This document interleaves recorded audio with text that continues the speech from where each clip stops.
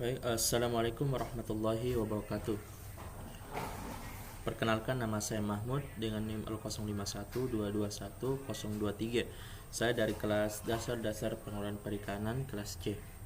Nah, pada kesempatan kali ini saya akan mempresentasikan materi-materi yang telah saya peroleh pada mata kuliah dasar pengelolaan perikanan dari pertemuan pertama hingga pertemuan ke-8. Pengelolaan perikanan adalah serangkaian kegiatan dan upaya yang dilakukan untuk menjaga, memanfaatkan, dan mengelola sumber daya ikan secara berkelanjutan. Tujuan utama dari pengelolaan perikanan adalah untuk memastikan bahwa populasi ikan dan ekosistem yang terkait tetap sehat dan lestari, sambil juga memenuhi kebutuhan masyarakat akan hasil tangkapan ikan. Wilayah pengelolaan perikanan Republik Indonesia yang disebut dengan WPP RI merupakan wilayah pengelolaan perikanan untuk penangkapan ikan, pembudidayaan ikan, konservasi, penelitian, dan dan pengembangan perikanan yang meliputi perairan pedalaman, perairan kepulauan, laut teritorial, zona tambahan, dan zona ekonomi eksklusif Indonesia. Selanjutnya, algae.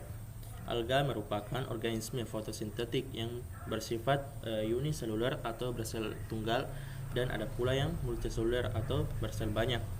Pada pigmen fotosintetik seperti klorofil dan fikosianin, serta dapat ditemukan di air tawar dan laut. Berdasarkan ukurannya, alga dibedakan atas mikroalga atau alga yang berukuran kecil dan makroalga atau alga yang berukuran besar. Alga yang memiliki banyak manfaat dan digunakan dalam berbagai bidang seperti industri makanan, kosmetik, farmasi, dan energi. Contoh manfaat dari algae adalah sebagai sumber bahan baku agar-agar, karagenan, dan pisosianin, penghasil oksigen dan penyeimbang oksigen, serta sebagai bahan bakar alternatif melalui produksi biodiesel. Selanjutnya, gastropoda. Dalam bahasa Yunani, gastro merupakan gastro atau gastra berarti perut, poda atau podia berarti kaki. Jadi gastropoda adalah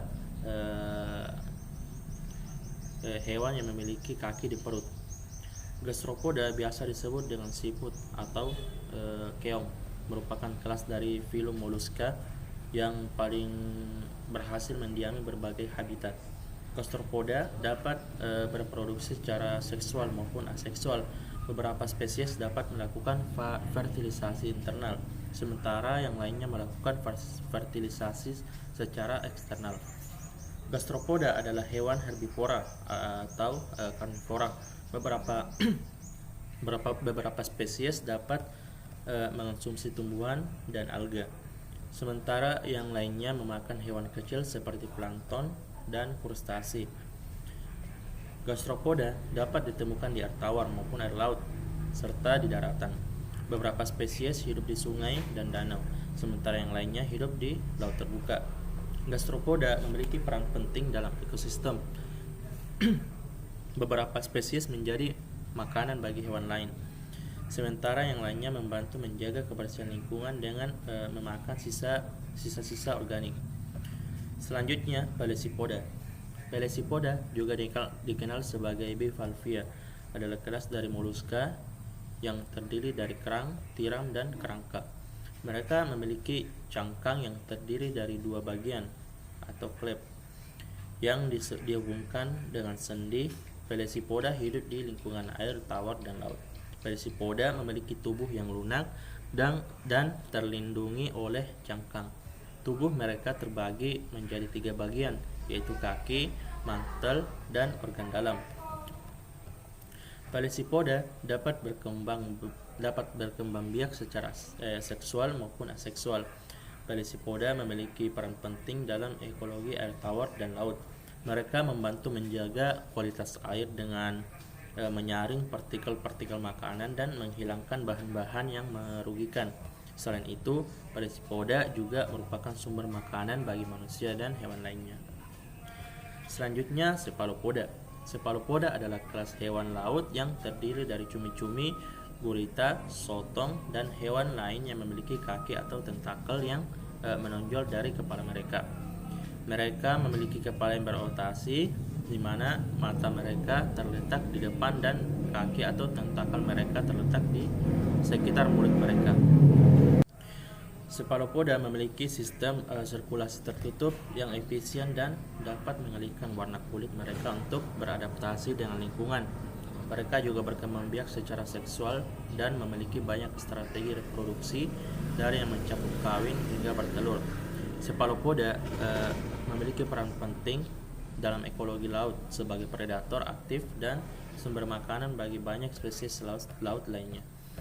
Selanjutnya, krustasi. Krustasi merupakan sebuah kelas hewan dalam filum Arthropoda yang terdiri dari sekitar 67.000 spesies hewan laut atau artawar seperti kepiting, lobster, udang, dan ratusan spesies lainnya. Hewan-hewan dalam kelas krustasi memiliki tubuh dengan banyak segmen, kulit yang keras, kaki bercabang, dan kepala yang terpisah dari tubuh. Mereka berkembang biak secara seksual dan aseksual, serta memiliki pola hidup yang kompleks dengan beberapa tahap pertumbuhan dan perkembangan yang berbeda. Krustase memainkan peran penting dalam ekologi air sebagai predator atau mangsa dan juga memiliki nilai ekonomi yang penting dalam industri perikanan. Selanjutnya, Echinodermata. Echinodermata adalah sebuah filum hewan laut yang terdiri dari sekitar 7.000 spesies, termasuk bintang laut, teripang, landak laut, dan kerangka hidup. Hewan-hewan dalam filum Echinodermata memiliki kulit yang dilengkapi dengan tonjolan atau duri sebagai perlindungan dari predator atau untuk menahan diri pada substrat. Mereka memiliki simetri radial, sistem pembuluh air, dan kaki tabung yang untuk pergerakan dan perekatan pada substrat. Echinodermata juga memiliki kemampuan untuk beregenerasi anggota tubuh yang hilang. Beberapa spesies Echinodermata memiliki nilai ekonomi penting sebagai makanan dan obat tradisional, sementara spesies lainnya berperan penting dalam ekosistem laut.